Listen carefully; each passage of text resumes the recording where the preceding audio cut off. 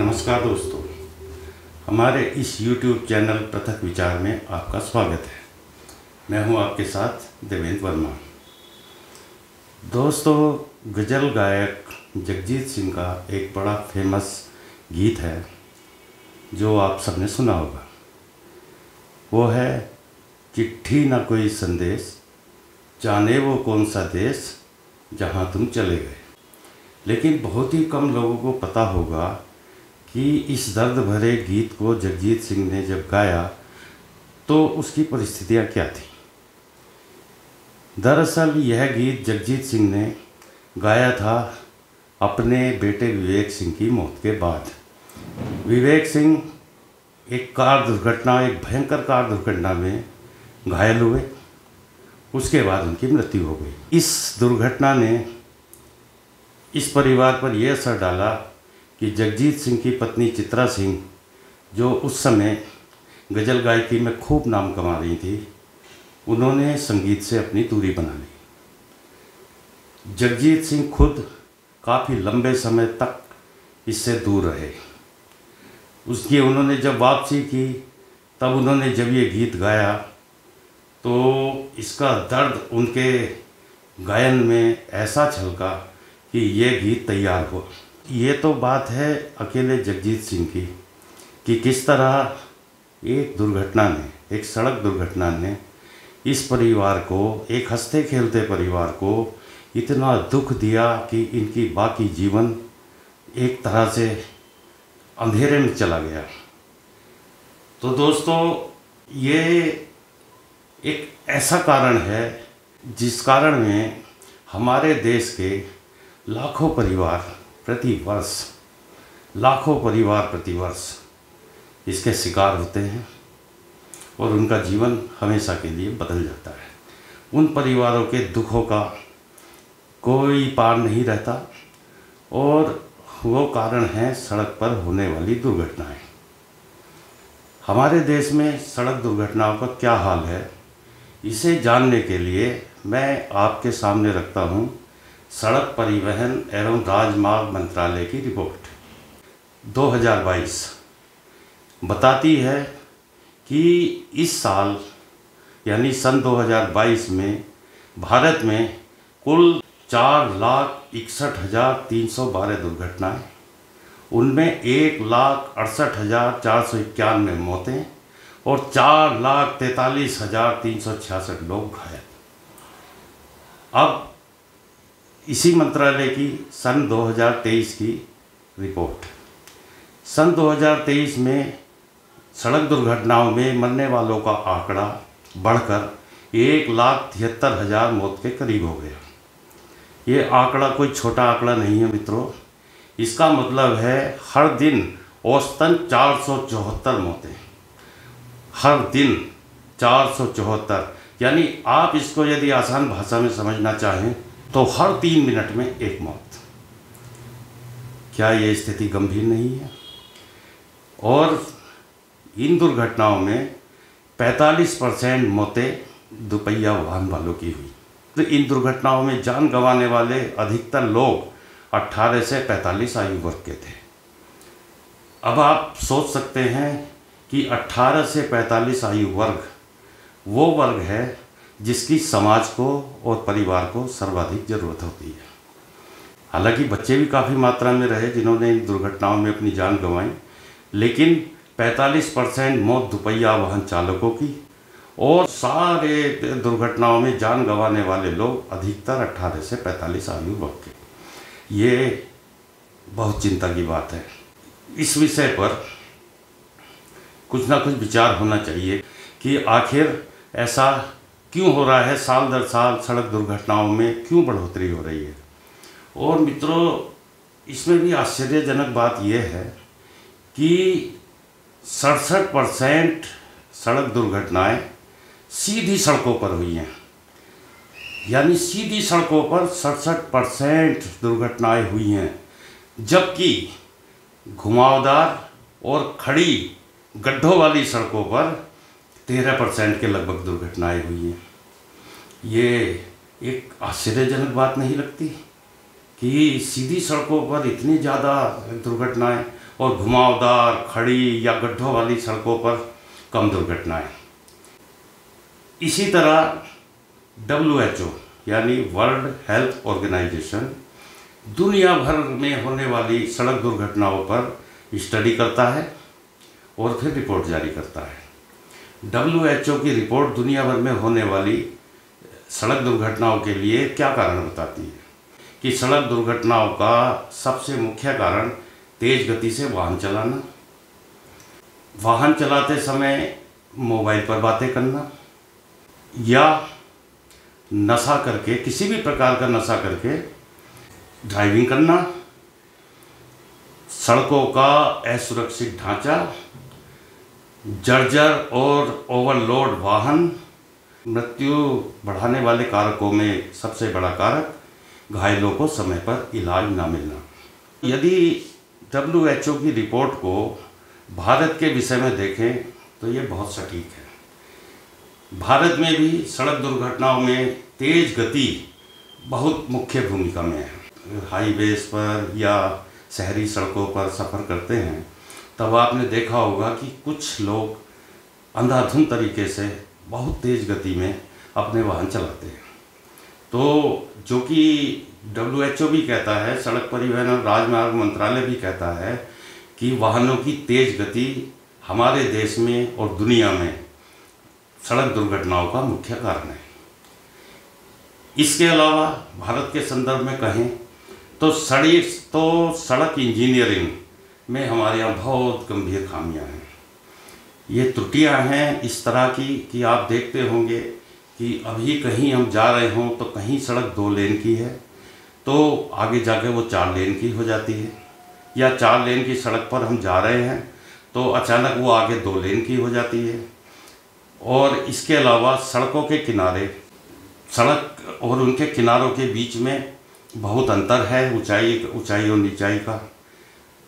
इसके अलावा अचानक से तेज घुमाव बना देना, ये सब सड़क त्रुटियां हैं।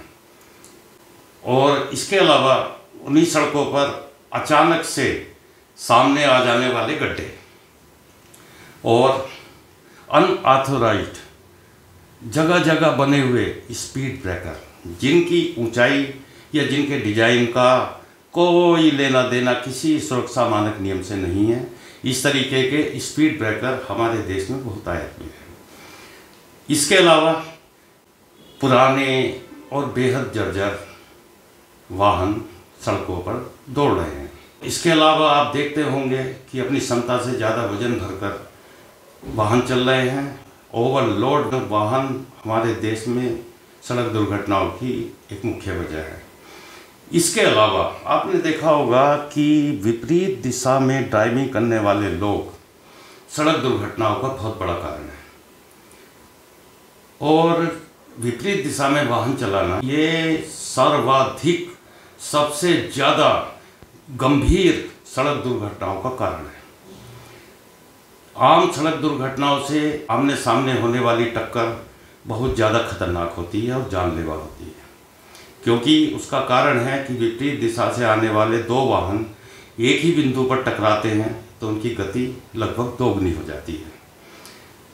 इसके अलावा कृषि वाहनों का हमारे देश में व्यावसायिक प्रयोग, आप देखते होंगे कि कृषि कार्य के लिए बनाया गया ट्रैक्टर आज माल वाहन का एक प्रमुख साधन बन गया है।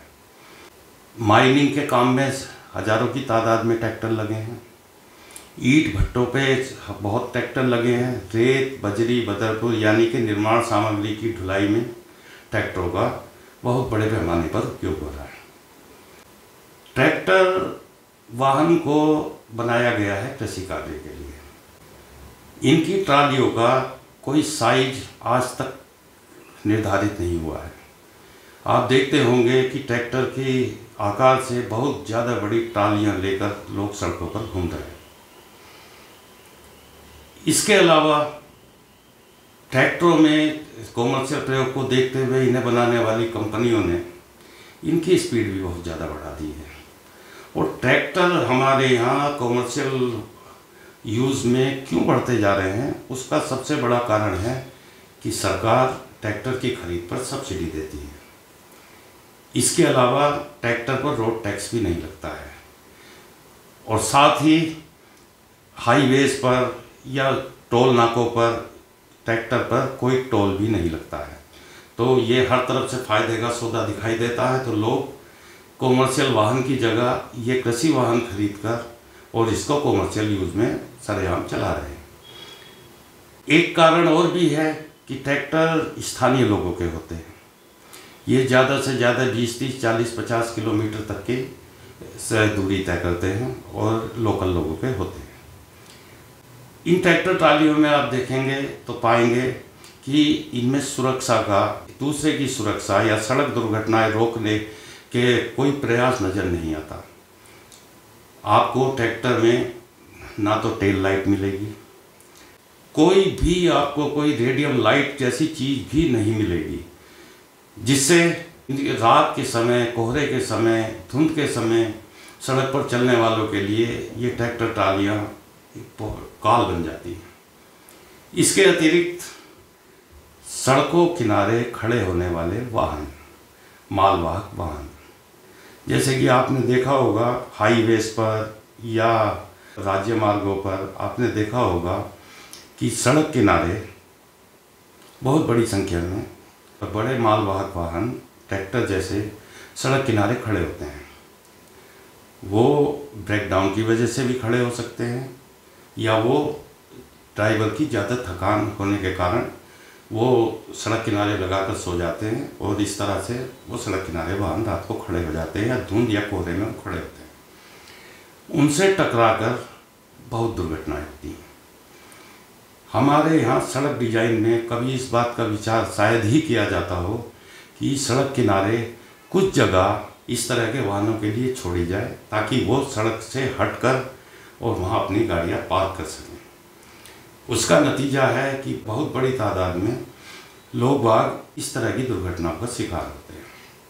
इसके अतिरिक्त हम देखते हैं सड़कों पर अपने आकार से ज़्यादा वजन लेकर चलने वाले वाहन, जैसे कि आप देखते होंगे कि किसी ट्रक में बड़े बड़े सरिये या बड़े बड़े एंगल लदे होते हैं जो कि उसके आकार से बहुत ज़्यादा बड़े होते हैं और उन पर कोई टेल लाइट भी नहीं लगाई जाती है।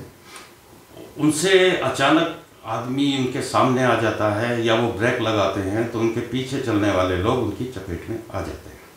इसके अलावा सरकार का ध्यान खींचने वाली बात यह है कि राष्ट्रीय राजमार्ग और राज्य राजमार्ग कुल सड़कों का केवल 5% है। ये बड़े ध्यान देने वाली बात है, आप इसको गौर दीजिए इस बात पर। ये ध्यान देने वाली बात यह है कि राष्ट्रीय राजमार्ग और राज्य राजमार्ग भारत की कुल सड़कों का केवल 5% है, जबकि 63% रोड एक्सीडेंट और 61% मौतें इन्हीं पर होती हैं। इतनी ज़्यादा मौतें 5% सड़कों पर हो रही हैं, तो क्या इनके बचाव के लिए कुछ किया नहीं जा सकता? बिल्कुल किया जा सकता है। इसके बचाव के लिए क्या करें, क्या हो सकता है, ये सरकार को ध्यान देना है और सुझाव मांगे जाने चाहिए कि भाई हम इसको किस तरह से सड़कों को सुरक्षित बना सकते हैं। सरकार को चाहिए कि वो ऐसे क्या प्रयास करे जिससे इन दुर्घटनाओं और मौतों में कमी लाई जा सके। तो मित्रों, आपको क्या लगता है कि क्या इन दुर्घटनाओं में कमी लाई जा सकती है? यदि कमी लाई जा सकती है तो हमें क्या प्रयास करने होंगे? अब बात करेंगे कि इन हादसों से निपटने के लिए हमारे यहाँ क्या प्रयास हो रहे हैं। मित्रों, उससे पहले जानना ज़रूरी है, और ये एक दिलचस्प बात है, अमेरिका में हर साल औसतन 22 लाख दुर्घटनाएं होती हैं, जिनमें मृतक संख्या 37,000 हो जाती है। वहीं तुलनात्मक रूप से देखें तो भारत में 4,80,000 हादसों में मृतक संख्या 1.5 लाख से भी अधिक होती है। ऐसा क्यों? दूसरा ये बात है, भारत में कुल लगभग 34 करोड़ वाहन हैं। ध्यान दीजिए, भारत में कुल लगभग 34 करोड़ वाहन हैं, जिनमें 75% दोपहिया वाहन हैं। 75% दो पहिया वाहन, और पिछले साल मारे गए लोगों में लगभग 76,000 यानी 44% दो पहिया वाहन चालक ही थे। और सबसे बड़ी बात यह है कि उनमें से 70% लोग हेलमेट नहीं पहने हुए थे। इसके बाद मृतक संख्या में 20% के लगभग पैदल यात्री और 3% के लगभग साइकिल सवार थे। अब ये आंकड़े बहुत डराने वाले हैं। तो हम ये भी नहीं कह सकते कि सरकार कुछ नहीं कर रही है। सरकार इस विषय में काफ़ी गंभीर है, ये उसके प्रयासों में नज़र भी आता है। कोई सरकार नहीं चाहेगी कि उसके नागरिक इस तरह की दुर्घटनाओं में अपनी जान गंवाएं। इसी मृतक संख्या को कम करने के उपाय के रूप में सरकार 2019 में नया मोटर वाहन अधिनियम लेकर आई, जिसमें उसने ट्रैफिक रूल तोड़ने के लिए लगने वाले जुर्माने में अत्यधिक वृद्धि भी की। अब उदाहरण के तौर पर देखिए कि पहले नशे की हालत में वाहन चलाने पर 2,000 रुपया जुर्माना लगता था, उसको बढ़ाकर इन्होंने 10,000 किया। लेकिन इसका कोई प्रभाव पड़ा ऐसा देखने में आया नहीं। 2019 के इस अधिनियम के बाद से लगातार प्रतिवर्ष देखने में आया है कि दुर्घटनाएं लगातार बढ़ती जा रही हैं और इसका कोई असर आम जीवन में देखने को नहीं मिला है। स्पष्ट रिपोर्ट ये है कि 76% दुर्घटनाएं ये सरकार के संज्ञान में है।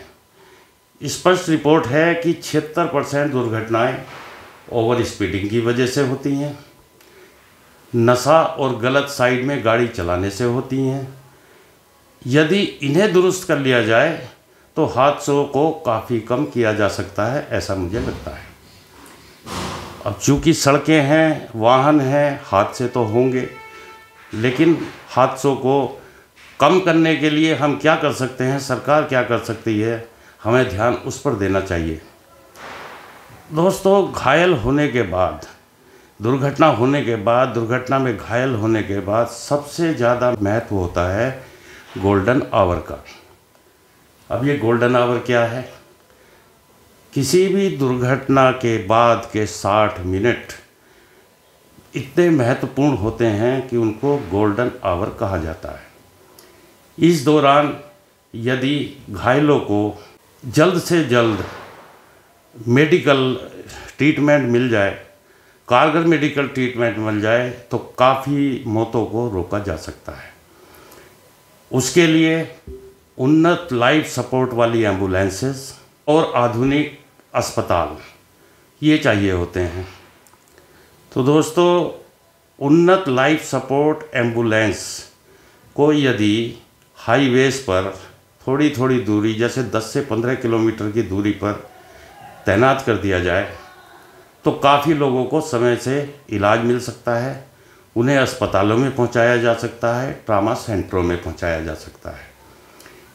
इसके अलावा सड़क निगरानी को मजबूत किए जाने की बहुत सख्त ज़रूरत है। अभी आपने देखा होगा कि शराब पीकर वाहन चलाने वाले का पता तब चलता है जब दुर्घटना हो जाती है।